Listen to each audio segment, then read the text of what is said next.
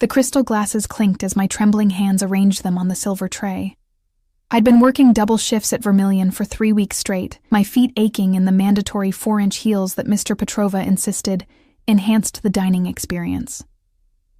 Tonight, the restaurant hummed with the quiet murmurs of Seattle's elite, politicians pretending not to recognize tech moguls, old money pretending not to notice new. Table 7's been waiting 15 minutes for their drinks, Alina. Marco hissed as he passed, deliberately bumping my shoulder and nearly toppling my carefully balanced arrangement.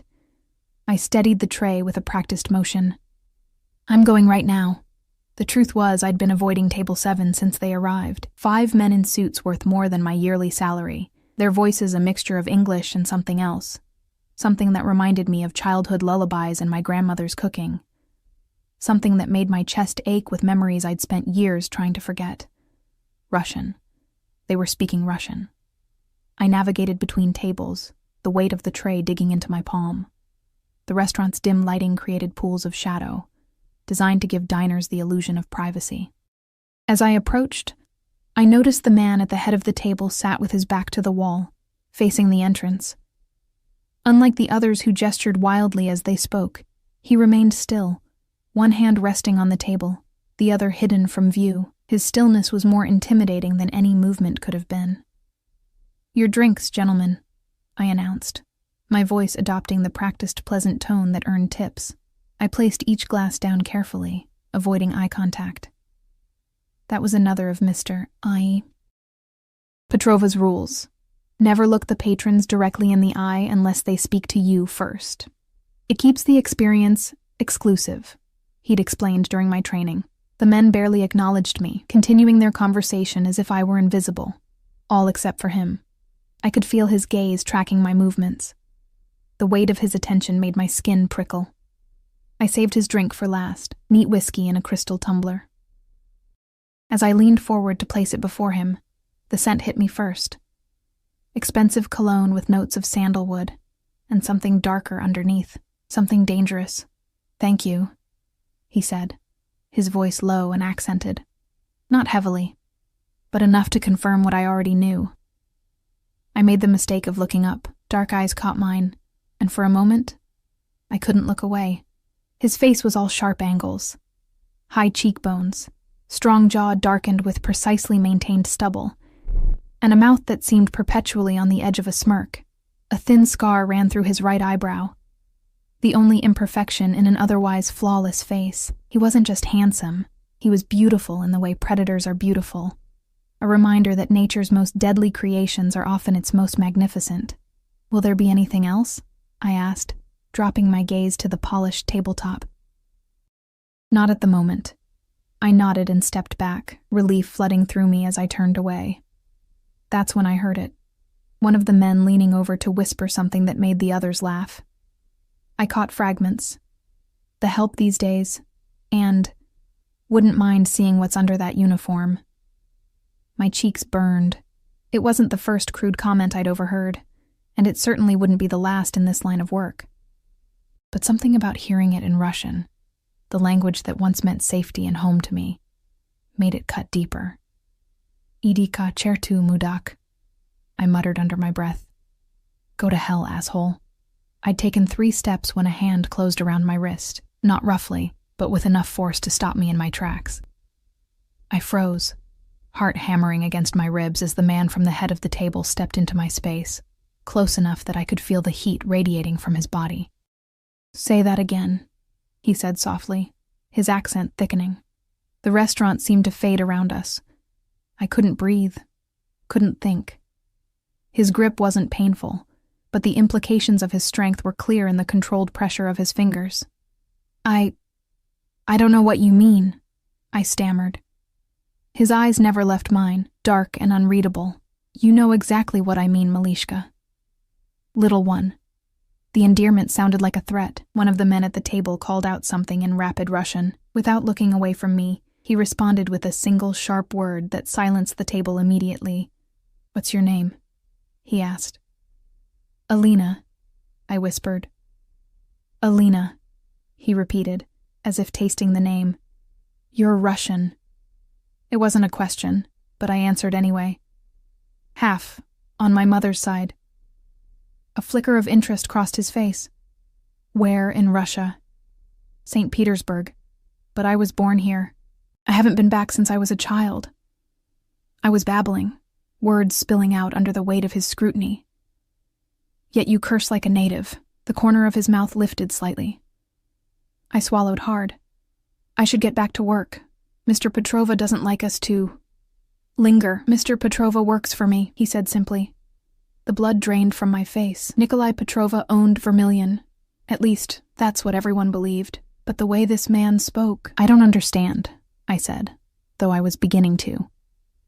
He released my wrist, but I remained rooted to the spot as he reached into his jacket. I flinched instinctively, a reaction that made his eyes narrow. But he only withdrew a business card, holding it between two fingers. Mikhail Volkov, he said, offering the card. I stared at it without taking it. The name was embossed in simple black letters, with only a phone number beneath it. No title, no company name. Take it, he said, his tone making it clear it wasn't a request. My fingers trembled as I accepted the card. What am I supposed to do with this? Call me when your shift ends. He turned back toward his table, then paused. And Alina? Don't make me come looking for you. I stood there, clutching his card, as he returned to his associates. They regarded me with new interest, their expressions ranging from amusement to suspicion. I tucked the card into my pocket and hurried back to the kitchen, my mind racing. Marco intercepted me at the swinging doors.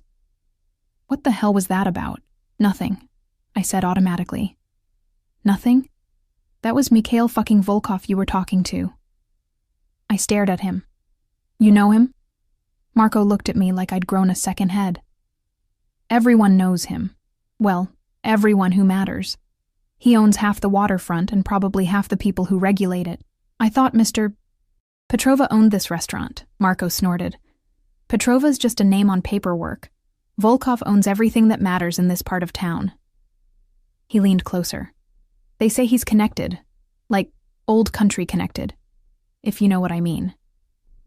I did. The Russian Mafia wasn't just something from movies.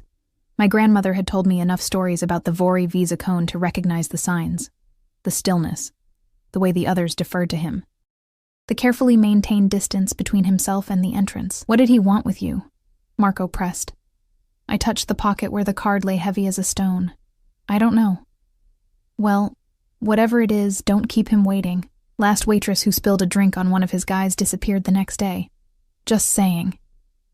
The rest of my shift passed in a blur. I moved between tables mechanically, taking orders, delivering food, all while acutely aware of Mikhail Volkov's presence. He didn't look my way again, but I felt his attention like a physical touch.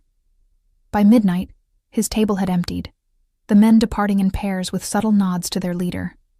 Volkov was the last to leave, dropping a thick fold of cash on the table without asking for the bill. As he passed my station, his eyes met mine briefly, a reminder. I finished my side work in record time, changed out of my uniform in the cramped employee bathroom, and slipped out the back door into the alley behind the restaurant. The night air was damp with the promise of rain, the Seattle sky a blanket of low-hanging clouds reflecting the city's lights. I had no intention of calling him. Whatever he wanted from me couldn't be good. I would go home, block this night from my memory, and pray that he forgot about the waitress who'd cursed in Russian. I made it 3 steps before the black SUV at the end of the alley flashed its lights once. My breath caught as the rear door opened. I couldn't make out the figure inside, but I knew who it was. I should run. I should scream. I should do anything but what I did next. I walked toward the car. The closer I got, the more my instincts screamed for me to turn around. But something stronger than fear pulled me forward. Curiosity, maybe, or the fatalistic sense that running would only delay the inevitable. Mikhail Volkov sat alone in the back seat, his posture relaxed yet somehow alert. Up close, in the confined space of the vehicle, he seemed larger, his presence filling the air like smoke. "You didn't call," he said. "You were waiting anyway." I stood by the open door, unwilling to enter his domain. "Get in, Alina. It's going to rain." As if on cue, the first heavy drops splattered against the pavement. I hesitated for another moment before sliding into the seat beside him. The door closed with a soft, expensive-sounding thud, sealing us together in leather-scented darkness. The driver, a broad-shouldered man whose eyes met mine briefly in the rearview mirror before focusing on the road, pulled away from the curb without being instructed. "Where are we going?" I asked, pressing myself against the door, maximizing the space between us. "Nowhere yet. We're just talking." Mikhail studied me with that same unnerving intensity. "How long have you worked at Vermilion?" 6 months. "Before that?" I frowned. "Why does it matter?" "Humor me." I shifted uncomfortably. "Different restaurants. I've been in the service industry since I was 18. "And how old are you now?" 26. He nodded slowly, as if confirming something to himself. "Your Russian is very good for someone who left as a child. My grandmother raised me after my mother died. She refused to speak English at home." I surprised myself by volunteering this information. "And your father?" My jaw tightened. "Not in the picture." Mikhail watched my face, reading something in my expression that made him change the subject. "Tell me, Alina, are you happy at Vermilion?" The question caught me off guard. "It's a job." That's not what I asked. I considered lying, but something told me he would know. "No, I'm not happy there. But the tips are good, and the health insurance covers my grandmother's medications. And if I offered you another position? One with better pay, better hours, and comprehensive benefits?"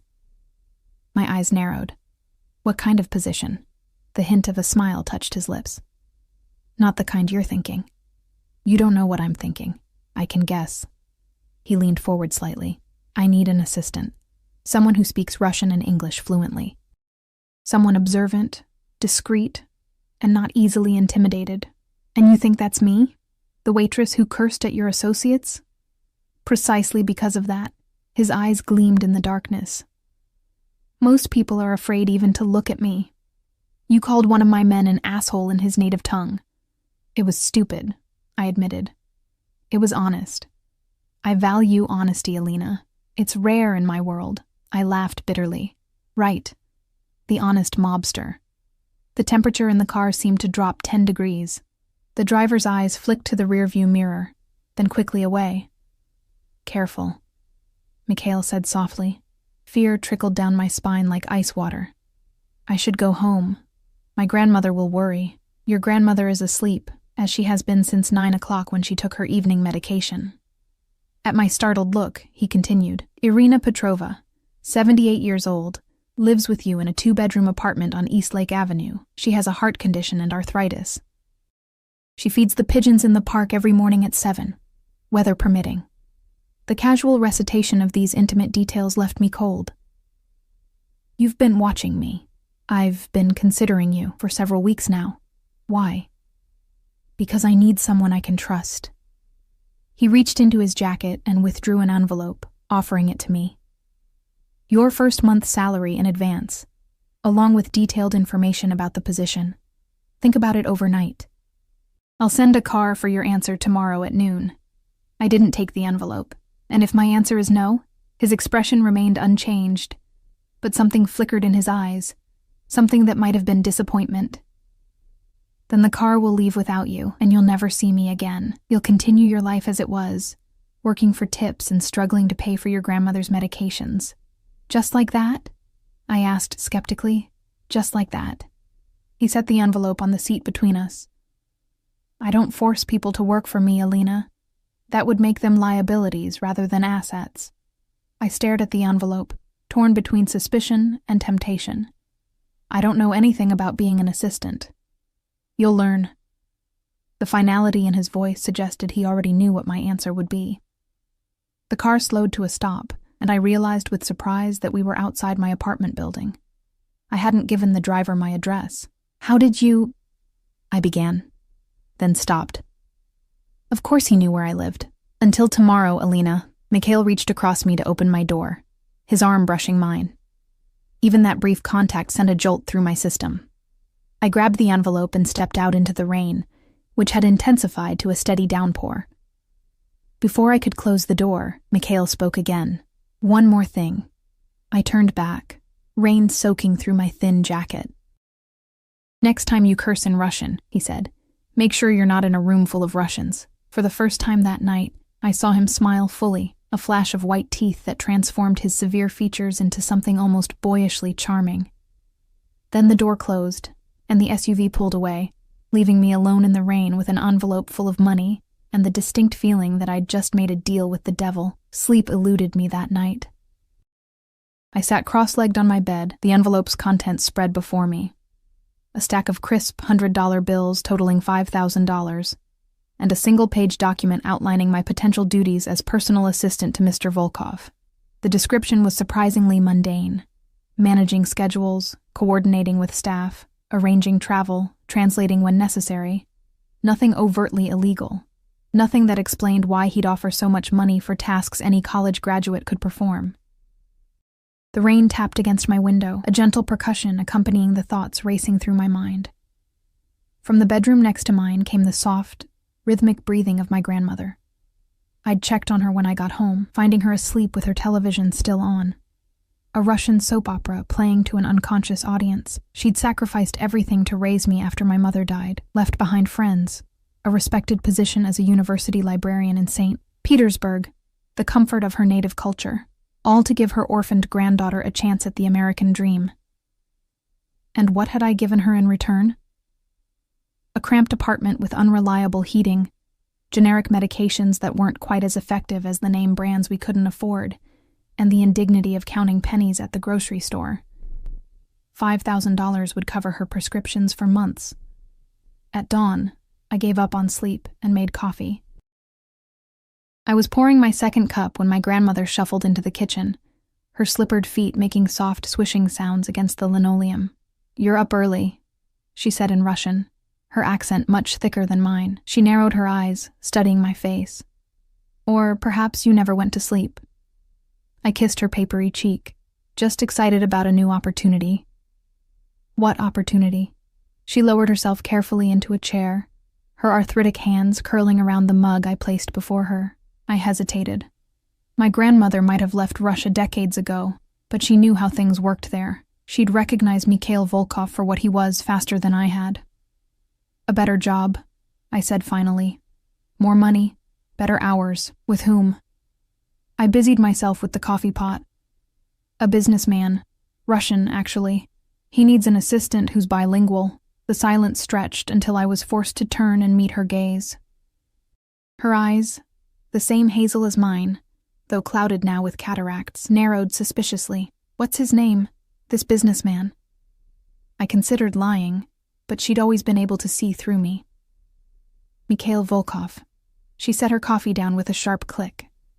"Volkov," she repeated, her expression unreadable. "Does he know who you are?" The question confused me, just what I told him, that I'm half Russian through you and my mother. "And your father?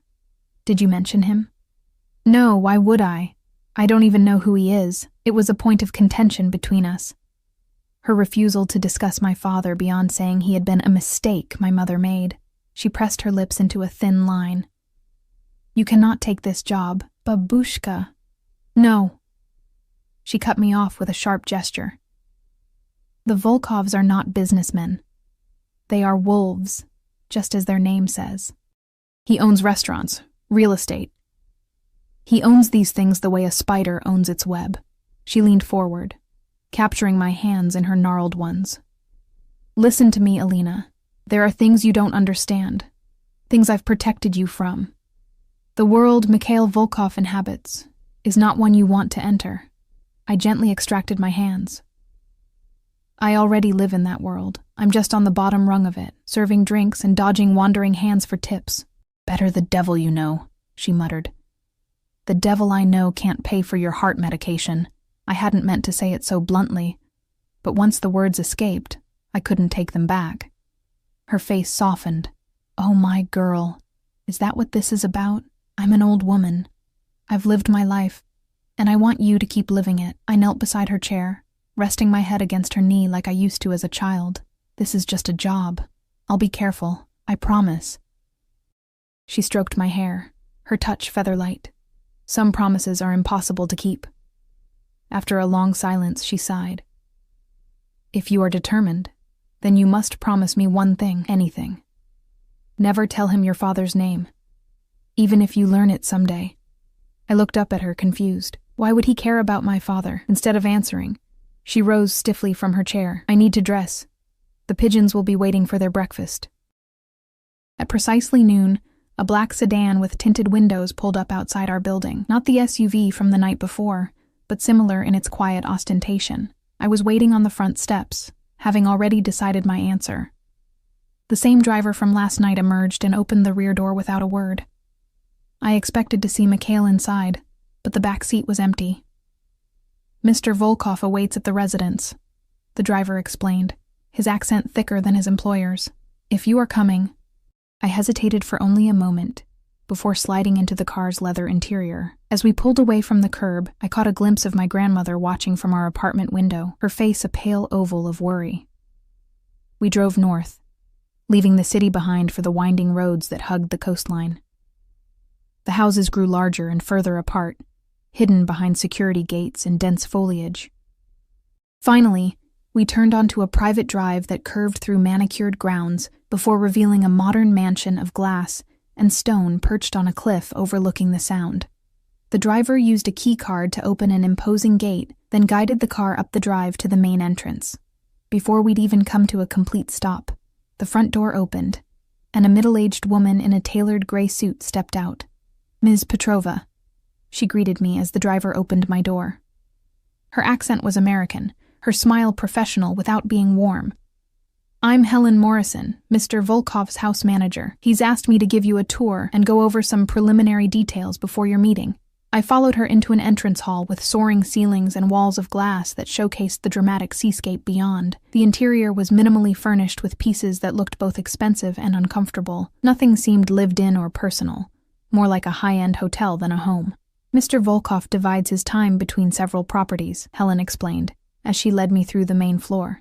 This is his primary residence in Washington, though he travels frequently. Should you accept the position, you'll be expected to accompany him on these trips. Travel wasn't mentioned in the outline, I said. Helen arched a perfectly shaped eyebrow. The document you received was preliminary. The full contract is more comprehensive. She showed me through a series of spaces that blurred together in their pristine, impersonal luxury. A dining room that could seat 20, a kitchen where no food appeared to have been prepared, various sitting areas arranged for conversations that seemed unlikely to occur. And this would be your office, Helen said, opening a door to reveal a sun-filled room with views of the water. Unlike the rest of the house, this space felt designed for actual work, with a large desk, ergonomic chair, and shelves lined with reference books and folders. It's beautiful, I admitted. Yes, Mr. Volkov believes in providing optimal conditions for his staff. She gestured to a door at the far end of the room.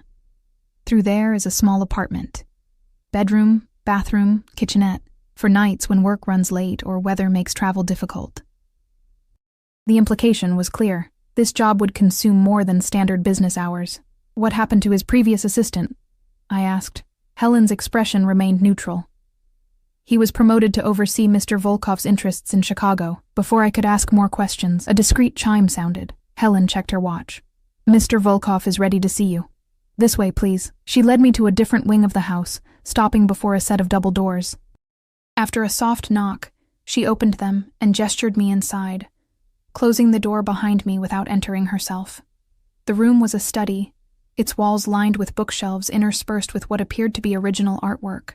A massive desk occupied one end, positioned so that anyone seated behind it would have their back to a wall while facing both the door and the floor-to-ceiling windows overlooking the Sound. Mikhail Volkov stood by those windows, his back to me, hands clasped behind him as he gazed out at the water.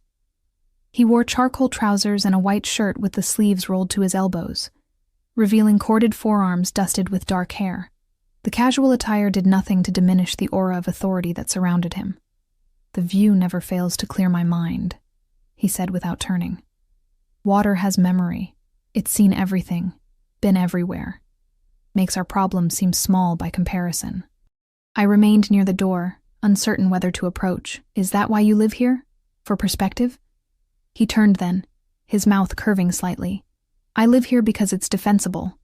One road in, steep cliffs on 3 sides, water access if necessary. He gestured toward a chair positioned before his desk. "Sit, please." I moved forward and took the offered seat, noticing as I did that he wore a shoulder holster with what was unmistakably a handgun. He saw me looking and made no attempt to hide it. "Does my carrying a weapon bother you?" he asked as he took his own seat behind the desk. "Should it?" Most people would find it concerning. Most people haven't had a drunk customer pull a knife because they were cut off at the bar. I met his gaze steadily. "I grew up in the real world, Mr. Volkov. People have weapons." He studied me for a moment longer before nodding, apparently satisfied. "You've decided to accept my offer." It wasn't a question, but I answered anyway. "Yes." "Good." He opened a drawer and removed a thick folder, sliding it across the desk to me. "Your contract. Take time to review it. If you have questions or concerns, now is the time to raise them." I flipped through the document: salary and benefits, confidentiality clauses, detailed job responsibilities. Everything seemed straightforward, almost mundane, until I reached a section titled Security Protocols. "Employee will be fitted with a tracking device to be worn at all times," I read aloud, my eyebrows rising. "Employee will submit to regular security screenings and background checks.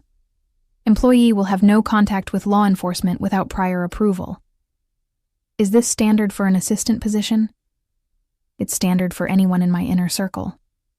His expression remained impassive. "My business interests make me a target for various parties. These measures protect both you and me." "And what exactly are these business interests? The contract is vague." "Deliberately so." He leaned back in his chair. "I have holdings in real estate, hospitality, shipping, private security, and several technology ventures. The specifics are compartmentalized for reasons that should be obvious, because some of those ventures aren't entirely legal," I said bluntly. He didn't flinch. "Because information is valuable, and valuable things must be protected." I continued reading, stopping again at a clause regarding housing. "This says I'd be expected to relocate to the apartment on your property. For security reasons, yes, you'd have weekends free unless we're traveling, and scheduled evenings to visit your grandmother." He folded his hands on the desk. "I understand your concern for her care. The contract includes a provision for her as well: a monthly stipend, premium health insurance, and the option to relocate to a residential property I own near the hospital district. 1-bedroom units with 24-hour security and an on-site nurse." My throat tightened. It was more than I dared hope for. Financial security for my grandmother, a chance to give her the comfort she deserved in her final years, but the price was steep: my independence, my privacy, my freedom. "Why me?" I asked finally. "There must be hundreds of bilingual assistants in Seattle with more experience, better qualifications." Mikhail's dark eyes held mine. "Experience can be gained, skills can be taught, but certain qualities cannot: perception, adaptability, loyalty." He paused. "That night at the restaurant wasn't our first encounter, Alina." My blood chilled. "What do you mean?" 6 months ago. The Harbor Club. You were working the coat check during a private event. I remembered it vaguely. A charity auction for some maritime conservation effort. I'd picked up the shift as a favor to a friend. 2 men were arguing near your station," he continued. "One of them dropped something into the pocket of a coat he didn't own. You saw it happen." The memory crystallized. "A flash drive," I said slowly. "He put it in someone else's jacket. I switched the coats around when I thought no one was looking." Mikhail nodded. "The jacket belonged to me. The flash drive contained information that would have been extremely problematic in the wrong hands. You had no idea whose coat it was. No reason to intervene. Yet you did." "I didn't like his face," I said simply. "He looked cruel." "You have good instincts." Mikhail's expression softened fractionally. "I made inquiries about you after that night. When I learned you were half Russian, that your grandmother was from St. Petersburg, it seemed like fate. The word hung between us, laden with meanings I couldn't quite grasp. There was something he wasn't telling me, some piece of the puzzle still missing. "If I sign this," I said, tapping the contract, "what happens next?" "You'll begin immediately. There's much to learn." He reached across the desk, offering me a pen. "The question is, Alina Petrova, are you ready to step into a new world?" I thought of my grandmother's warning, of the gun holstered beneath Mikhail's arm, of the mysterious flash drive and the men who wanted it.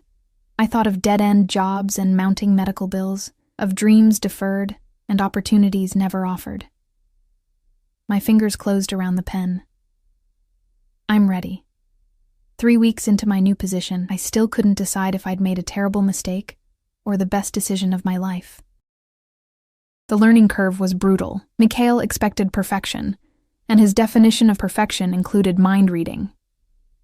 "Anticipate my needs before I know them myself," he'd instructed during my first day. Easy for him to say. My days began at 5 a.m., reviewing security reports and international news feeds for anything that might impact his businesses. By 6, I was preparing briefing notes for his morning meetings. 7 o'clock brought a car to take us to his downtown office, a penthouse suite in a building he owned, with views of the harbor and mountains beyond. "Another coffee," Mikhail said without looking up from his computer. We'd been reviewing shipping manifests for 3 hours straight, and my eyes burned from staring at columns of numbers. I rose from my desk in the corner of his office, grateful for the chance to stretch my legs. "The Ethiopian blend or the Colombian?" A flicker of approval crossed his face. 2 weeks ago, I wouldn't have known to ask. Ethiopian, strong. In the small kitchenette adjacent to his office, I prepared his coffee exactly as he preferred. No sugar, just a splash of whole milk, served in a specific mug, black ceramic with no handle. These small details mattered to him in ways I was still discovering. When I returned, he'd moved to stand by the windows, phone pressed to his ear. His conversation was in Russian, his tone clipped and cold. I set the coffee on the side table and started to withdraw, but he gestured for me to stay. "Da, ya poнимаю," he said into the phone. "Yes, I understand." "No, eto неприемлемо." "No, that's not acceptable." He switched to English. "Tell Orlov if the shipment isn't cleared by morning, I'll consider our arrangement terminated. Permanently." The threat was delivered with such casual indifference that it took me a moment to register its weight. Terminated. Permanently. The words hung in the air after he ended the call. Mikhail sipped his coffee, his gaze fixed on the harbor below. "You understand what's happening there, don't you?" I hesitated. "One of your shipments is being held up." "By whom?" "Customs, I'd assume, or someone who can influence customs." He turned to face me, his expression unreadable. "And what do you think is in these containers that someone might want to delay?" It felt like a test. Everything with Mikhail was a test. Something valuable, or something illegal, or both. He set down his cup. "You've been with me for nearly a month now. You've seen how I operate, who I meet with, the precautions I take. What conclusion have you drawn about my business, Alina?" My mouth went dry. "You're careful about what you put in writing. You meet with politicians and police officials as often as other businessmen. Your security protocols are extreme." I met his gaze. "Some of what you do isn't strictly legal." A diplomatic assessment. His lips curved slightly. "Do you want to know what's in those containers?" Did I? Knowledge was protection, but it was also liability. Still, I nodded. "Art." Specifically, 3 Fabergé eggs and a collection of imperial jewelry that disappeared from the Hermitage during the chaos after the Soviet collapse. He spoke casually, as if discussing the weather rather than priceless stolen treasures. "The Russian government believes they were destroyed. Several private collectors believe they own them. In reality, they've been in a secure vault in Dubai for the past 15 years. I stared at him, processing this information. "You're smuggling stolen art into the country?" "I'm returning stolen art to its rightful owners." He moved back to his desk. "The Orlov family has been trying to recover these pieces since they were seized during the revolution. Their ancestor commissioned 2 of the eggs directly from Fabergé himself. But if they were in a museum, they were displayed as property of the state, yes. A state that no longer exists, which seized them from the family who paid for their creation." His tone hardened. "History is written by victors, Alina.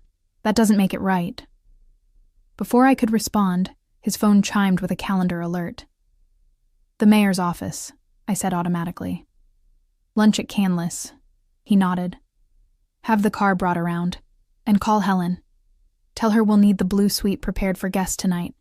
As I made the necessary arrangements, I couldn't stop thinking about those Fabergé eggs, smuggled across international borders through Mikhail's network. If he was caught, it would mean prison. And I was now complicit. The restaurant was one of Seattle's finest, perched on a hillside with panoramic views of Lake Union. I'd only ever seen it from the outside, the kind of place where a month of my old salary might cover appetizers for two.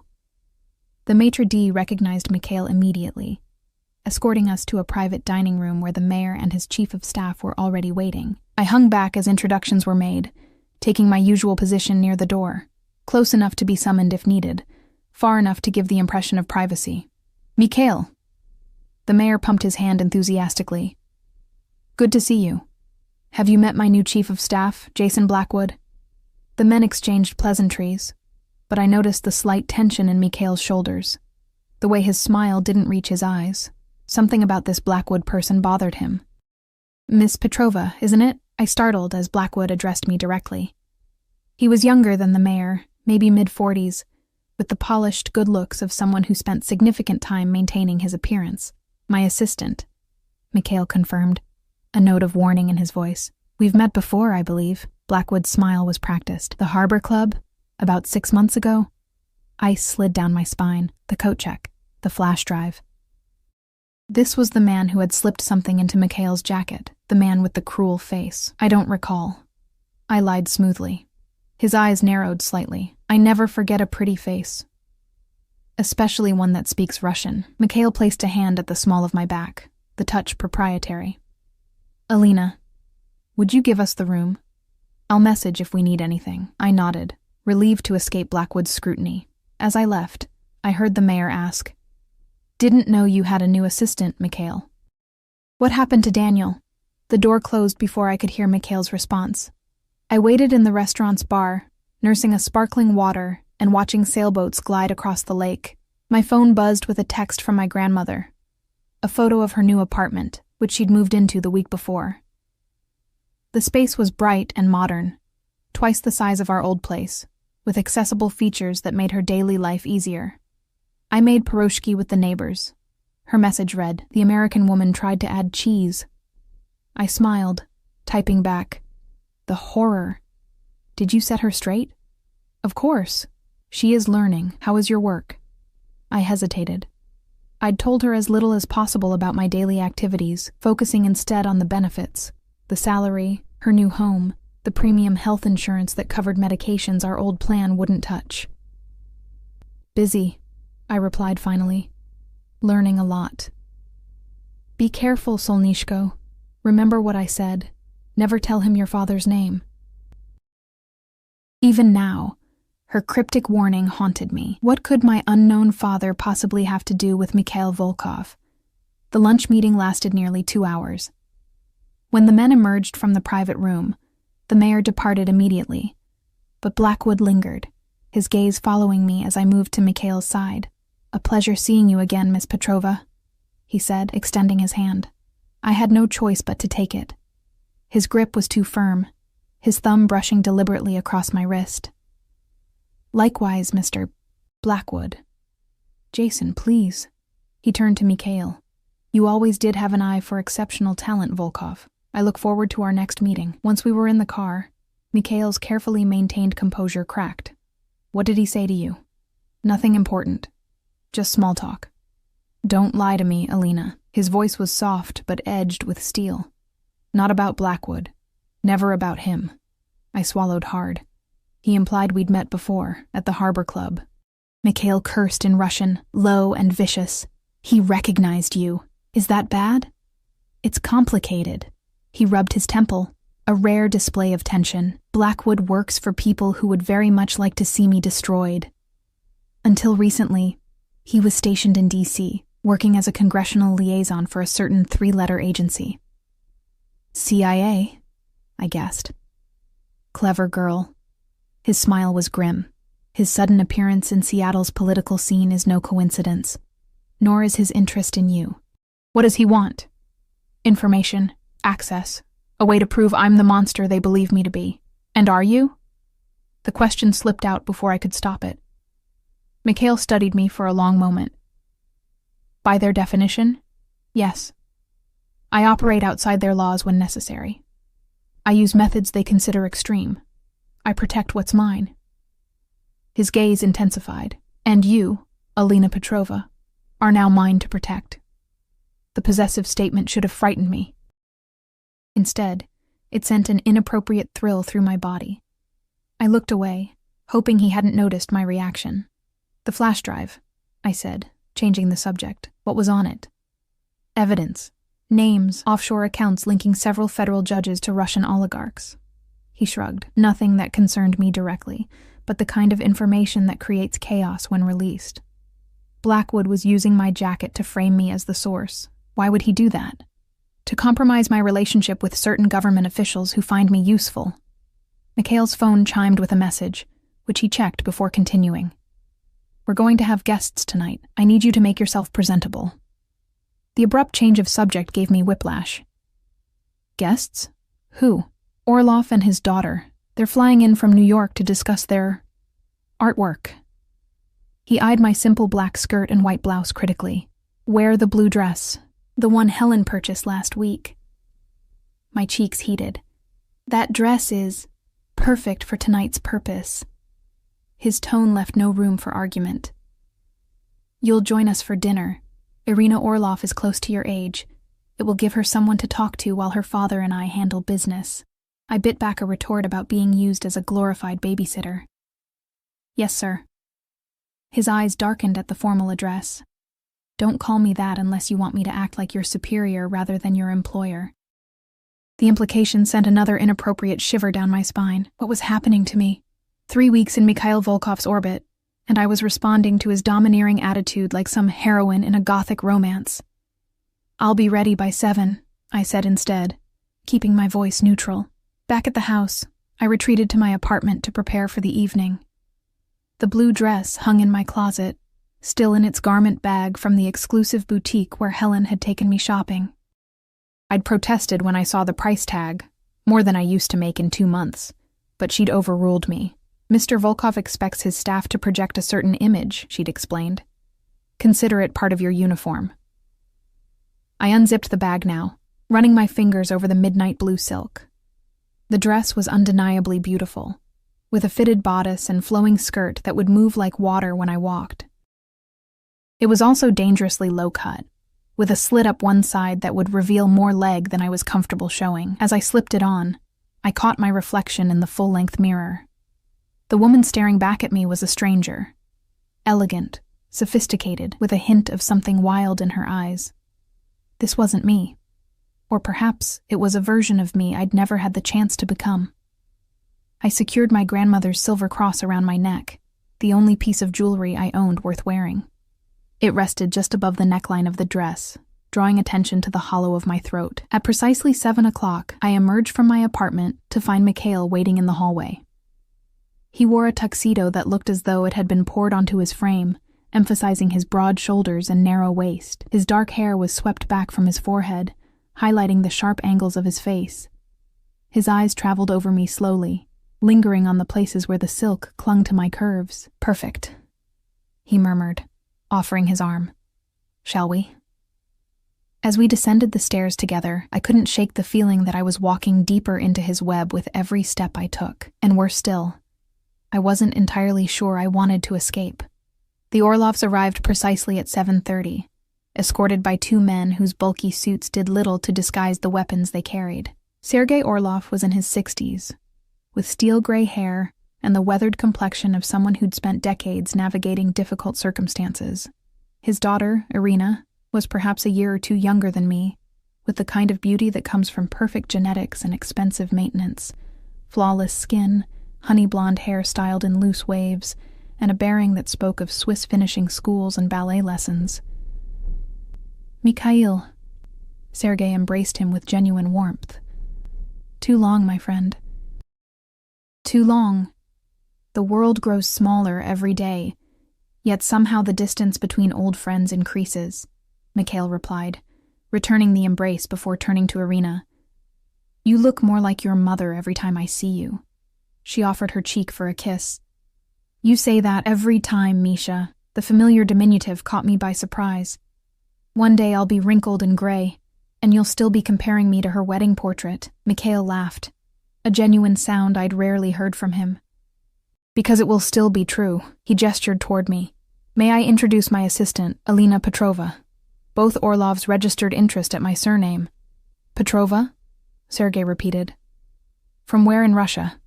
My grandmother is from St. Petersburg, I explained. I was born here, though. St. Petersburg, he echoed, studying my face with new intensity. The old city holds many secrets, yes? Many ghosts. Before I could respond, Mikhail smoothly redirected the conversation. Shall we move to the dining room? Helen has prepared something special. Dinner was a lavish affair, course after course of exquisite food paired with wines from Mikhail's cellar.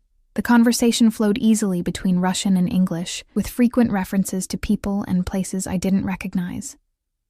I remained mostly silent, observing the dynamics between the three of them. There was history here, deeper than business associates, more complex than friendship. So, Alina, Irina said during a lull, how did you come to work for Mikhail? He's notoriously selective about his inner circle. I felt Mikhail's gaze on me, monitoring my response. We met at a restaurant where I was working. He was impressed with my Russian. Just like that? She smiled, but her eyes remained calculating. How fortunate for you. I believe in recognizing talent when I see it, Mikhail interjected, his hand coming to rest briefly on mine. Alina has proven herself invaluable. The proprietary gesture wasn't lost on either of our guests. Sergei's eyebrows rose slightly, while Irina's expression cooled. I'm sure she has, Irina murmured, taking a deliberate sip of wine. After dinner, Mikhail led Sergei to his study, leaving me to entertain Irina in the glass-walled sitting room overlooking the sound. Night had fallen, transforming the windows into dark mirrors that reflected our silhouettes against the backdrop of strategically placed lighting. It's a beautiful home, I offered, when the silence between us grew uncomfortable. Irina trailed her fingers along the back of a white leather sofa, one of many. Mikhail collects properties like some men collect watches or cars. Though he has those too, of course. She turned to face me directly. How long have you been sleeping with him? The blunt question caught me off guard. We're not. No? She looked genuinely surprised. The way he touches you, watches you? I assumed. She shrugged elegantly. It's only a matter of time, then. Mikhail always takes what he wants. Our relationship is professional, I insisted, though the words felt hollow even to me. There had been moments, a lingering touch, a heated glance, the electricity that sometimes charged the air between us, but nothing had happened. Nothing could happen, if I wanted to maintain any semblance of control over my life. Irina laughed softly. Oh, sweet girl. There's no such thing as professional in Mikhail's world. There's only useful or useless, loyal or disloyal. She moved closer, her perfume, something French and intimidatingly expensive, enveloping me. My father and Mikhail have been associates for 3 decades. I've known him since I was a child. He was my first crush, my adolescent fantasy. The admission stirred something uncomfortable in my chest. I don't see how that's relevant to me, because I understand the pull he has. Her voice dropped confidentially. The power, the danger, the absolute certainty he projects. It's intoxicating. She studied my face. You feel it too. I can see it in your eyes. I stepped back, creating distance between us. You're mistaken. I don't think I am. She smiled, the expression not reaching her eyes. Just be careful. Mikhail doesn't love. He possesses. And he discards what no longer serves his purpose. Before I could respond, the door opened, and both men returned. I immediately noticed the shift in atmosphere. Sergei looked satisfied, while Mikhail's expression was carefully neutral, the mask he wore during complex negotiations. It's settled then, Sergei announced. The exchange will happen tomorrow night. Your men will handle the customs officials? Mikhail nodded once. Everything is arranged. The collection will be in your hands by midnight. Excellent. Sergei clapped his hands together. Now, I believe you promised to show me that repin you acquired? The one from the Moscow auction? Of course. This way. As the men departed again, Irina sighed dramatically. Art. Their eternal excuse for plotting. Though I suppose smuggling family heirlooms back from international thieves does have a certain romance to it. I kept my expression neutral, unwilling to confirm I knew about the Fabergé eggs. I wouldn't know. Of course you wouldn't. Her smile was pitying. Tell me, does Mikhail still keep a gun under his pillow, or has he graduated to a weapon safe by the bed? Heat rushed to my face. As I said, our relationship isn't— Yes, professional. She waved a dismissive hand. A pity. You're exactly his type, you know. Dark hair, light eyes, an air of vulnerability disguising unexpected strength. She studied me with renewed interest. There's something familiar about you, actually. Have we met before? I don't think so. I'd remember. Perhaps. She didn't sound convinced. What did you say your grandmother's name was? I didn't. The question triggered a warning bell in my mind, echoing my grandmother's caution. Before Irina could press further, Mikhail and Sergei returned. The rest of the evening passed in a blur of polite conversation and strategic omissions, until finally our guests departed with promises to reconnect the following night after their business was concluded. As the door closed behind them, Mikhail's carefully maintained facade dropped. His shoulders relaxed, and he loosened his tie with a sigh of relief. You did well, he said, surprising me with the rare compliment. Irina can be challenging. She seems to know you quite intimately, I replied, unable to keep a hint of something, surely not jealousy, from my voice. Mikhail's mouth curved in amusement. Irina has constructed a fantasy version of me since she was 16. The reality would disappoint her, and what is the reality? He considered me for a long moment. Come with me. There's something I want to show you. Curiosity overrode my better judgment. I followed him through the house to a section I hadn't explored before. He pressed his palm against a panel beside an unmarked door, and it slid open to reveal a staircase leading downward. The house has a lower level? I asked, surprised. Several, actually. He gestured for me to precede him. This one is special. The staircase led to a temperature-controlled room with soft ambient lighting. As we descended, I gradually realized what I was seeing. Art. Dozens of paintings, sculptures, and glass display cases filled the space, arranged like a private museum. My personal collection, Mikhail explained, watching my reaction. Not the pieces I acquire for others, like the Orlovs. These are mine alone. I moved among the displays, recognizing works that belonged in world-class museums. These can't all be legitimate purchases. Define legitimate. He followed behind me. Many were sold under duress during wartime. Others were looted by Nazis, then by Soviets, then by oligarchs during the collapse. Some disappeared from families who were later erased from history. He stopped before a small painting of a woman in profile. This belonged to my grandmother. The communists took it when they executed my grandfather for counter-revolutionary activities. I recovered it from a banker in Geneva, who didn't ask enough questions about its provenance. There was raw emotion in his voice I'd never heard before. Old pain, unhealed. Your family suffered under the Soviets? My family was destroyed by them. His jaw tightened. What the revolution didn't take, the purges did. What survived the purges, the war consumed. By the time I was born, all that remained were fragments, stories, a few photographs, names that couldn't be spoken aloud. I thought of my own fractured lineage. A Russian mother I barely remembered. A father whose identity remained a mystery. A grandmother who carried secrets like physical weights. Is that why you help people like the Orlovs recover their lost treasures? Because of what happened to your family? Partly. He moved to stand directly behind me, close enough that I could feel the heat radiating from his body. I believe certain things should be returned to where they belong. Art to its rightful owners, treasures to their families, people to their proper place. The last word sent a shiver down my spine. And what's my proper place in all this, Mikhail? He turned me to face him, one hand lifting to brush a strand of hair from my cheek. That's what I'm still determining, Alina Petrova. My heart hammered against my ribs. We stood so close that the fabric of my dress brushed against his tuxedo jacket. I should step back. I should maintain the professional distance I'd insisted upon with Irina. Instead, I remained frozen, caught in his gaze like a small animal before a predator. You still haven't answered my question, I whispered. What's the reality of who you are? A man with blood on his hands. His voice was low, his accent thickening. A man who takes what he wants and eliminates obstacles. A man who remembers every slight and repays every debt. His fingers traced the line of my jaw. But not a monster who hurts women or children. Not someone who betrays those loyal to him. I have a code, Alina. It may not align with American law, but it has kept me alive and successful in a world that devours the weak and careless. And what am I to you? An employee? A possession? A temporary diversion? His eyes darkened. You are a puzzle I'm still solving. A familiar song in an unexpected place. His gaze dropped to my lips, a temptation I've been resisting since the moment you cursed in my restaurant. Why resist?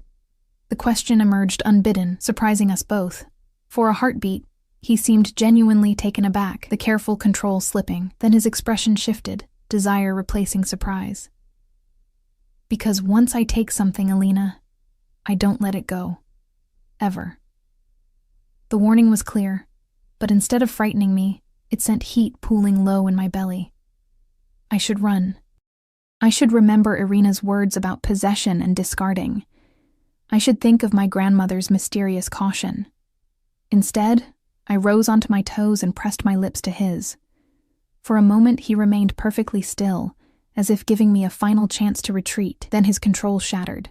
His arms wrapped around me, pulling me against the hard planes of his body as his mouth claimed mine with bruising intensity. There was nothing gentle in his kiss. It was pure possession, a statement of intent. I matched his fervor, weeks of suppressed attraction breaking free. My fingers tangled in his hair, destroying its perfect arrangement.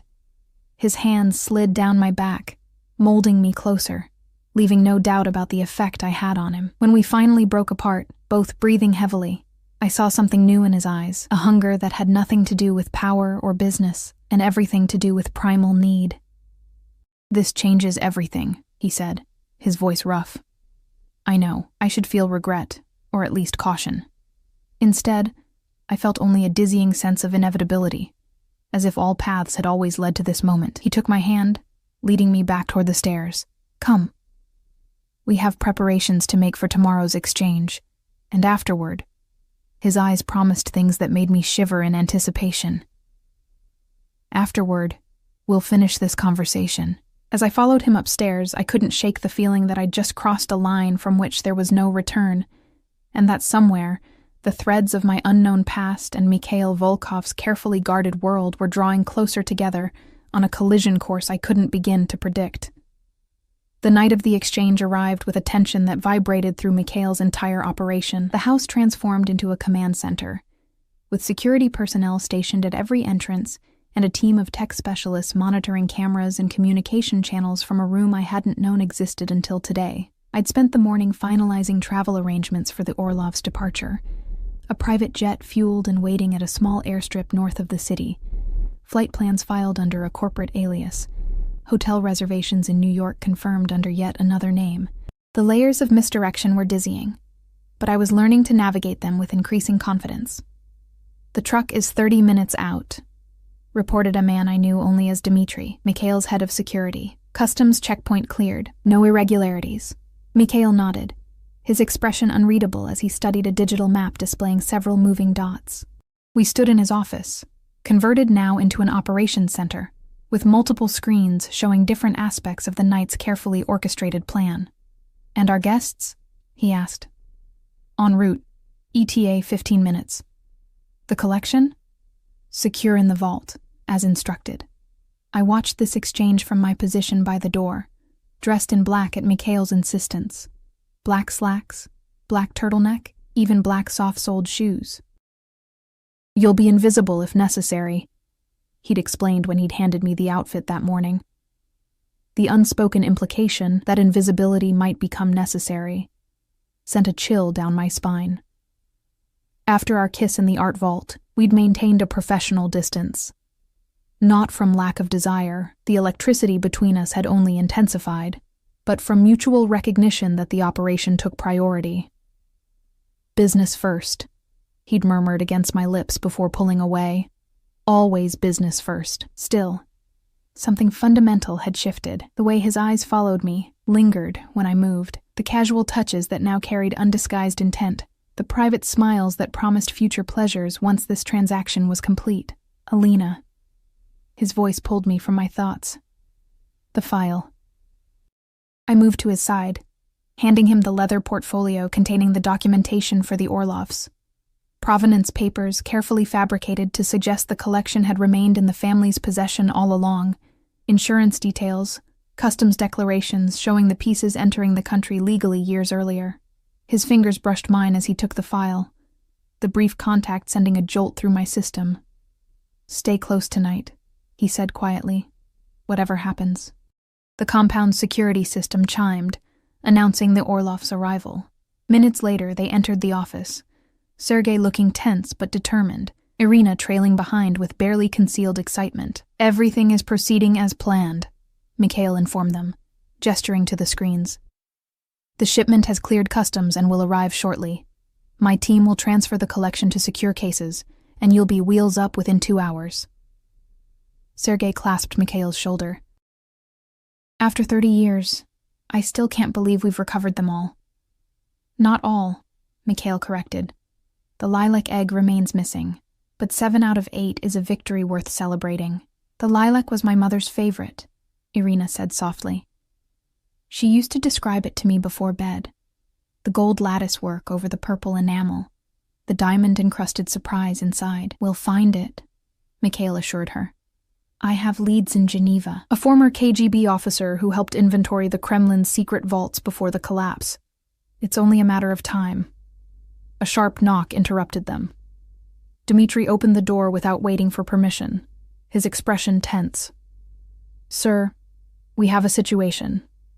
Mikhail stiffened. "What kind of situation?" "A vehicle just pulled into the Northridge access road. Government plates." "Federal?" Mikhail asked sharply. Dmitri nodded grimly. "FBI. 4 agents, led by Special Agent Blackwood." Ice flooded my veins. Blackwood, the chief of staff, the man from the Harbor Club. "Impossible," Sergei breathed. "How could they know?" "They don't." Mikhail's voice was deadly calm. "This is something else, something personal." His gaze cut to me, and I flinched at the sudden suspicion I saw there. "Get the Orlovs to the boat. Take the coastal route to the airstrip. Standard contingency protocol." Dmitri nodded, already moving to escort our guests from the room. Irina caught my eye as she passed, a mixture of pity and vindication in her expression. She'd warned me, after all. Mikhail discards what no longer serves his purpose. When the door closed, leaving us alone, Mikhail turned to me fully. "Tell me you didn't contact him." "What?" "No." The accusation stung like a physical blow. "Why would I?" "Because he recognized you from the Harbor Club. Because he's been watching you ever since, hoping you'd lead him to something he could use against me." Mikhail's eyes had gone cold, assessing me like a potential threat rather than a lover. And now, tonight of all nights, he appears at my gate with federal credentials. I haven't spoken to him. I haven't spoken to anyone about any of this. I moved toward him, desperate to convince him. "Mikhail, you have to believe me." He studied my face for long moments, before his expression softened marginally. "I want to." He reached out, cupping my cheek in his palm. "God help me, I want to." The house security system chimed again, a different tone this time, indicating someone at the main entrance. Mikhail dropped his hand, straightening his shoulders as he visibly shifted into a different persona. Gone was the passionate man who had kissed me senseless. In his place stood Mikhail Volkov, businessman and suspected criminal, cool and untouchable. "Follow my lead," he instructed. "Say nothing unless directly questioned, and then only the truth as it pertains to your employment here. You know nothing about art, shipments, or the Orlovs. You're simply my assistant, handling my schedule and correspondence." I nodded, trying to calm my racing heart. "And Alina?" He caught my gaze. "Remember where your loyalties lie." The words felt like both a plea and a threat. We descended to the main floor together, arriving in the entryway just as Helen showed 4 visitors into the foyer. 3 were obviously federal agents, with the stiff posture and watchful eyes that screamed law enforcement. But it was Blackwood who commanded the space, his smile venomous as he spotted me beside Mikhail. "Mr. Volkov," he greeted, extending his hand. "Special Agent Jason Blackwood, FBI. Thank you for seeing us without prior notice." Mikhail shook his hand with perfect politeness. "I always cooperate with law enforcement, Agent Blackwood, though I admit, I'm surprised to see the mayor's chief of staff carrying federal credentials." "Ah, yes. An unusual arrangement." Blackwood's smile never faltered. "My position with the mayor is, let's call it a temporary assignment. My primary allegiance remains with the Bureau. How convenient for everyone involved." Mikhail gestured toward the formal sitting room. "Please, make yourselves comfortable. May I offer refreshments?" "This isn't a social call, Mr. Volkov."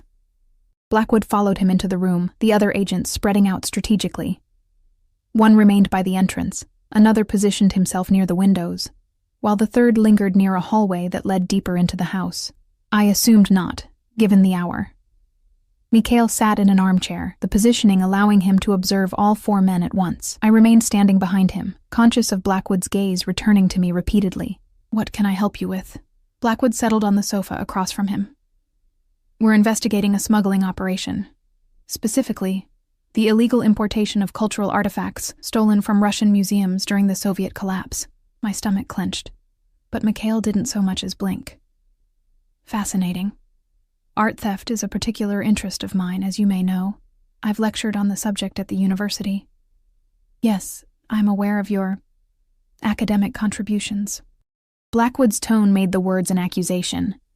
"I'm also aware that a shipment of particular interest is arriving in Seattle tonight, a shipment that's been carefully maneuvered through customs checkpoints using falsified documentation and, shall we say, persuasive incentives to certain officials." "That sounds like a complex operation." Mikhail's expression remained pleasant, interested but not concerned. "I'm afraid I can't help you with such matters. My business interests are thoroughly documented and transparent." "Are they?" Blackwood removed a folded document from his jacket. "This is a warrant authorizing us to search these premises for evidence related to our investigation. Specifically, documentation regarding art acquisitions, shipping manifests, and communications with known art traffickers." He set the paper on the coffee table between them. "We'll try to minimize disruption, but I suggest your staff cooperate fully." Mikhail picked up the warrant, scanning it with practiced ease. I held my breath, wondering if the stolen eggs were still in the house, if the Orlovs had managed to escape through the coastal exit. If I was about to watch this man I'd foolishly fallen for be led away in handcuffs. "This appears to be in order," Mikhail said finally, setting the document down. "You're welcome to search the premises, though I'm afraid you'll be disappointed. My collection is properly documented and legally acquired." He gestured to Helen, who had appeared silently in the doorway. "Please show Agent Blackwood and his colleagues whatever they wish to see." Blackwood's triumphant expression faltered slightly, replaced by suspicion. Mikhail's cooperation was clearly not what he'd expected. "Miss Petrova will accompany us," he said suddenly, "as a witness." My pulse jumped, but Mikhail merely nodded. "Of course. Alina, please assist Agent Blackwood however you can." His eyes met mine briefly, conveying a silent message I couldn't quite decipher. Trust, warning, farewell. For the next 2 hours, I followed the agents through the house as they methodically examined rooms, opened cabinets, and photographed anything that caught their interest. They paid particular attention to Mikhail's office, copying files from his computer and removing physical documents for examination. Throughout it all, Blackwood kept me close, asking casual questions that were anything but casual. "How long have you worked for Volkov?" "Just over a month." "And before that?" "The restaurant, wasn't it?" "Yes. Vermilion. Quite a career change. From serving drinks to whatever it is you do here." His smile was sharp. "What exactly are your duties, Miss Petrova?" "Administrative support, scheduling, correspondence, travel arrangements. Nothing involving his art collection or his shipping business?" I shook my head. "I don't have the expertise for that, no? With your background, I'd think you'd have unique insights." At my confused expression, he elaborated. "Your mother was Katerina Petrova, yes? Before she married, she worked at the Hermitage, junior curator in the Imperial Collections Department." The revelation struck me like a physical blow. My mother had worked at the Hermitage, with imperial artifacts like the very Fabergé eggs Mikhail was smuggling for the Orlovs. Blackwood watched my reaction with predatory satisfaction. You didn't know. Interesting. There's a lot about your family you don't know, I suspect. He stepped closer, lowering his voice. Volkov isn't who you think he is, Alina. And your connection to him isn't as coincidental as you've been led to believe. Before I could respond, shouting erupted from downstairs. We rushed to the main floor to find one of the agents standing triumphantly in the entryway, a small metal case in his hands.